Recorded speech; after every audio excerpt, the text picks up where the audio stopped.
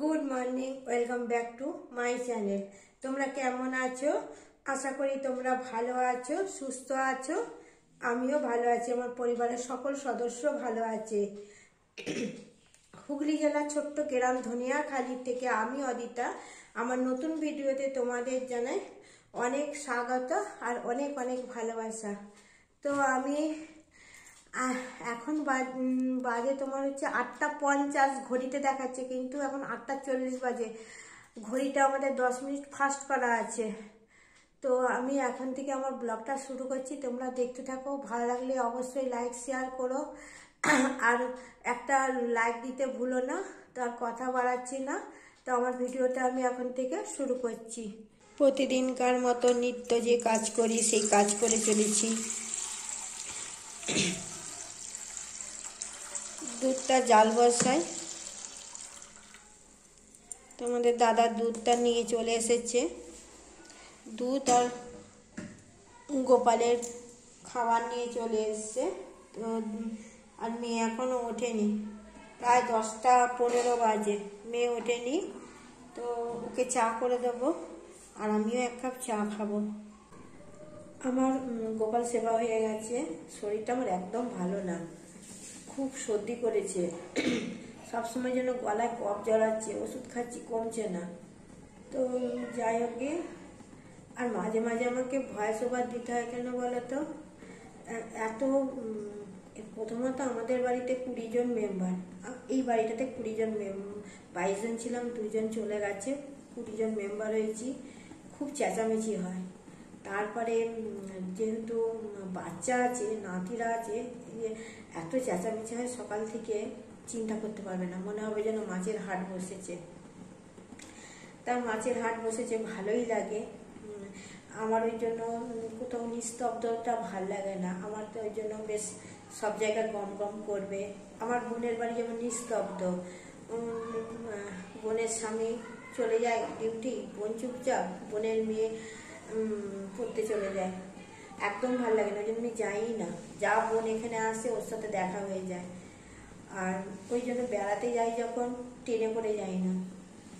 ওই 2 জন 3 জন মিলে গিয়ে আমার কোনো আনন্দ হয় না। ওই জন্য আমি সবসময় আমি একটা পরিবার খুঁজি, যেই পরিবারের সাথে আমি সব জায়গায় যেতে পারবো। শরীর এত খারাপ যে চোখের তলায় কালি পড়ে গেছে। তো যাই হোক, চা হচ্ছে, আর দিকে দুধ জালটা হচ্ছে, হোক। তো কোনোদিন সময় পেলে আমি আমার পরিবারের সকল সদস্যর সাথে তোমাদের করবো। ওরা কেউ আসতে চাইছে না। ঠিক আছে, আমার 10,000 সাবস্ক্রাইবার হোক আগে। ওরা ভয় পাচ্ছে যদি কাকিমার চ্যানেল ডাউন হয়ে যায় তাহলে ওদেরকে দেখবে, ওদেরকে কিছু বলবে হয়তো। যাই হোক, আমি 10,000 কমপ্লিট যখন হবে তখন আমি আমার পরিবারের সদস্য সবাইকে আনবো। তো কালকে মায়ের বাড়িতে তো গেলাম, অনেকদিন পর মায়ের বাড়ি গেছি। তো মায়ের বাড়িতে গিয়ে কালকে দুপুরবেলা আলুর দম, ফুলকপির রোস্ট আর বেগুনের ঝাল, মেয়ের জন্য লুচি করেছিল মা, চাবে না, যাই হোক ওগুলো খেয়েছি। আর ওই আলুর দমটা একটু নিয়ে এসেছিলাম। যে আমার মেয়ে মুড়ি খেতে খুব ভালোবাসে, তোমাদেরকে বলেই দিয়েছি যে খুব মুড়ি খেতে ভালোবাসে। তো আলুর দম দিয়ে তোমাদের দাদা ভাই আর মেয়ে মুড়ি খেয়েছে। আর ছেলে কালকে রাত্রেবেলা ম্যাগি তৈরি করে খেয়েছে, ও আর কিছু খায়নি, ম্যাগি খেয়েছে। আর ও সেজমা চপ এনে দিয়েছিল, আর 2টো চপ মুড়ি খেয়েছে। আর আমি খেয়েছি দুধ পাউরুটি। তো কালকে একদম ভালোই লাগছিল না, আমার বিছানা ছেড়ে উঠতেই ভালো লাগছিল না। তা যাই হোক, গিয়ে তোমার দাদা দোকানে যায়নি, কিন্তু যেহেতু সবসময় দোকানে থাকে তো ওই জন্য বৃহস্পতিবারটাও একটু বন্ধুদের সাথে একটু সিনেমা চালাতে বা কোথাও একটু আড্ডা দেয়। তো আমাদের দোকানতলাতেই আড্ডা দিচ্ছিল, দিয়ে এলো, চা করে দিলাম। আর ও তো আলুর দম মুড়ি খেয়েছে।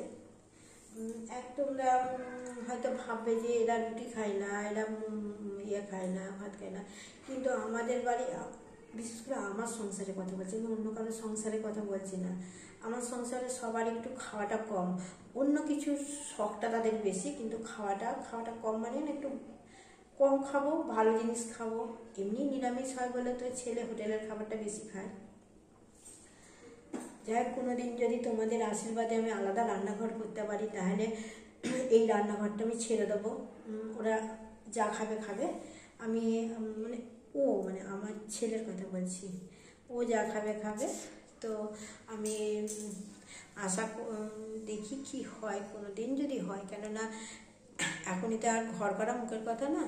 এখন যা দিনকাল পড়েছে, বিশেষ করে কোভিড হওয়ার পর থেকে ব্যবসা একটু ডামাডোলেই চলছে, সবার ব্যবসা। যারা চাকরি করে তাদের কথা বাদ, তাদের বাজার অনুযায়ী, মূল্যবৃদ্ধি অনুযায়ী বেতন বাড়ে। আমাদের কিন্তু সেটা আর বাড়ে না। বাড়লেও লোক এমন দরাদরি করবে যেন মনে হবে যেন হাটে আলু বেগুন কিনছে।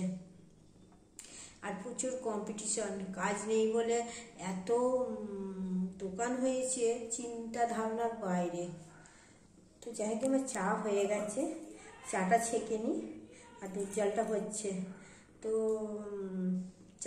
চাটা খাই, মানে গলার এখানটা ব্যথাও হয়েছে, সর্দিও হয়েছে, ওই জন্য একটু চা না হলে ভালো লাগছে না।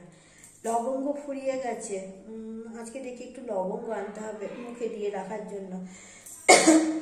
বৌমা চেঁচাচ্ছে, সে যে সেচ দিচ্ছে ছেলের পেছনে। চলো চাটা খেয়ে নিই।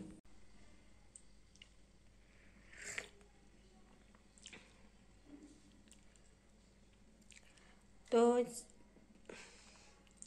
চাটা খেয়ে নিয়ে জামা কাপড় যেগুলো আমার নাইটি, তোমার দাদা জ্যাকেট, এগুলো একটু মেলে আসবো।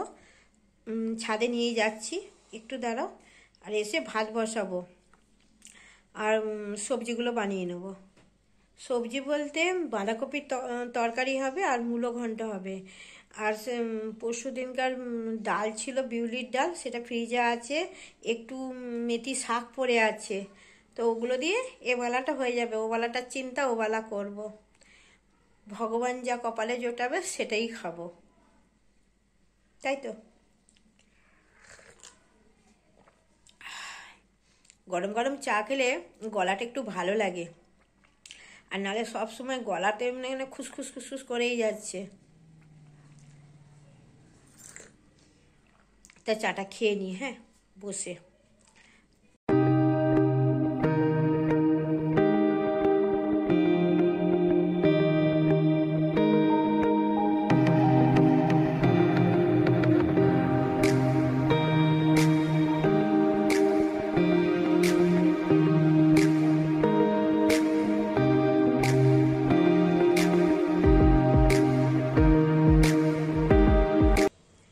বললাম না, দেখো পূব দিকে সূর্য উঠে সূর্য ঘুরতে শুরু করে দিয়েছে।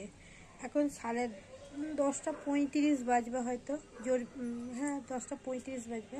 তো এখনই দেখো আমার বাগানে ছাওয়া পড়ে গেছে, তাহলে ঘর ঠান্ডা হবে না। তো গোপু সোনাদের জামাগুলোও মেলে দিই।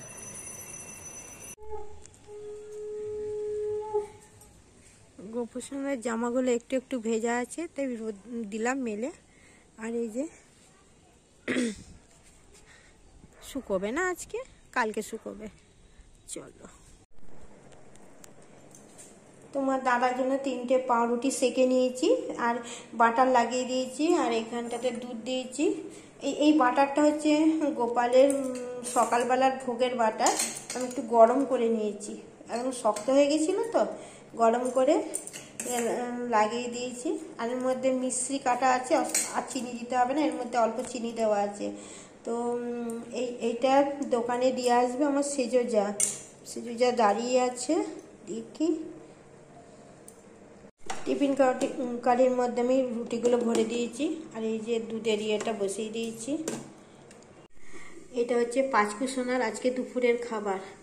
তোমার গাজর আলু সেদ্ধ মাখা, আর হচ্ছে এইটা ছোলা, কল বেরানো ছোলা, আর শশা কুচি। এই কল বেরানো ছোলা ডাক্তার খেতে বলেছিল, তাই জন্য ওকে দিই 1 দিন 2 দিন অন্তর অন্তর। তো এইটা হচ্ছে আজকে ওর দুপুরের খাবার। Good afternoon. এখন ঘড়ির কাঁটায় বলছে 1:10 বাজে। তো আমার রান্না হয়ে গেছে। তো আমার গত পরশু দিনের ডাল ছিল, আর হচ্ছে কি শাক ওইটাকে বলে, মেথি শাক ভাজা ছিল। আর আজকে আমি করেছি বেগুন পোড়া, বাঁধাকপির তরকারি আর মূলো ছেচকি। তো একবার দেখে নাও তোমরা। আর আমার দুপুরের পুজো হয়ে গেছে, তাই জামাটা পাল্টানো দেখছো, ভেবো না কিছু। আমি যতবার ঠাকুর ঘরে যাই ততবার আলাদা আলাদা জামা পরেই যাই, আমি এক জামা পরে যাই না। দুপুরের রান্না বাঁধাকপির তরকারি, বেগুন পোড়া মাখা, মূলো ঘন্ট, স্যালাড কুচোনো, মেথি শাক, আলু তেলের,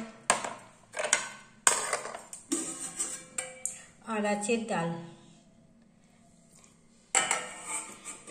এগুলো দিয়েই আজকে আমাদের দুপুরের খাওয়া হয়ে যাবে। আর বাঁধাকপিটা মনে হচ্ছে থেকে যেতেও পারে, জানি না। তো আমার গ্যাস মোছা হয়ে গেছে, আর বেসিনে কটা বাসন আছে, আমি পরে মাজবো, এখন আর ভালো লাগছে না।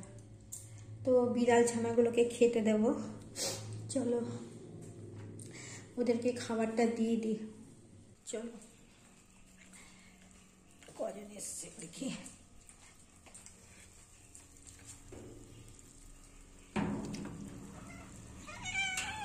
আচ্ছা চলে এসছো,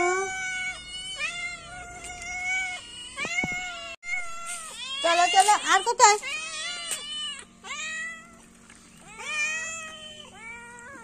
কেন কেন কেন কেন? আর কই পটকা?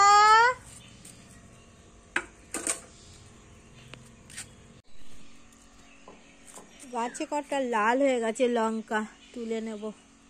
তুলতে পারবো? দেখি। ভালো লাগে না? কি সুন্দর।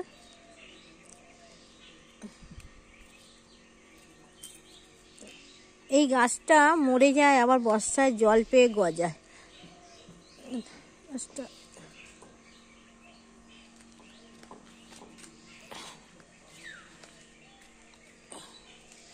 ও মা, ও মা, বিনস হয়েছে গো, বিনস।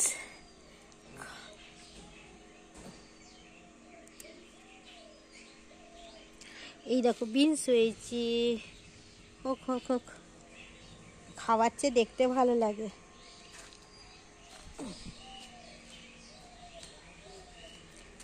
লঙ্কা গাছে কত ফুল হয়েছে।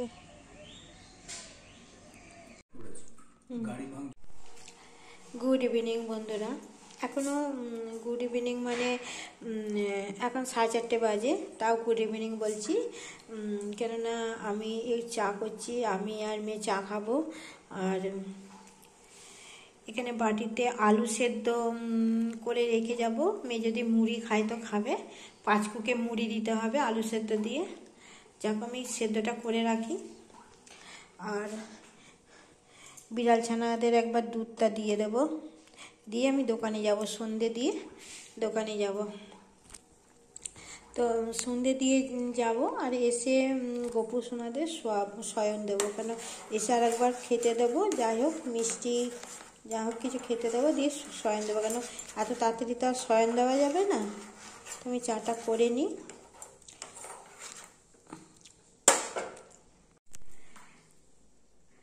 কি ঠান্ডা। তো চাটা আমি আর মেয়ে চা খাই, খেয়ে তারপরে দোকান যাব।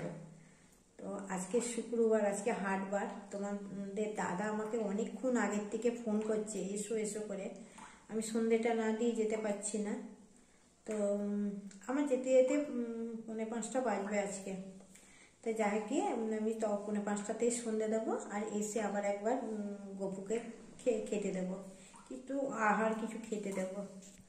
তো চাটা খেয়ে নিই। এখানে কিষানকে শয়ন দিয়েছি,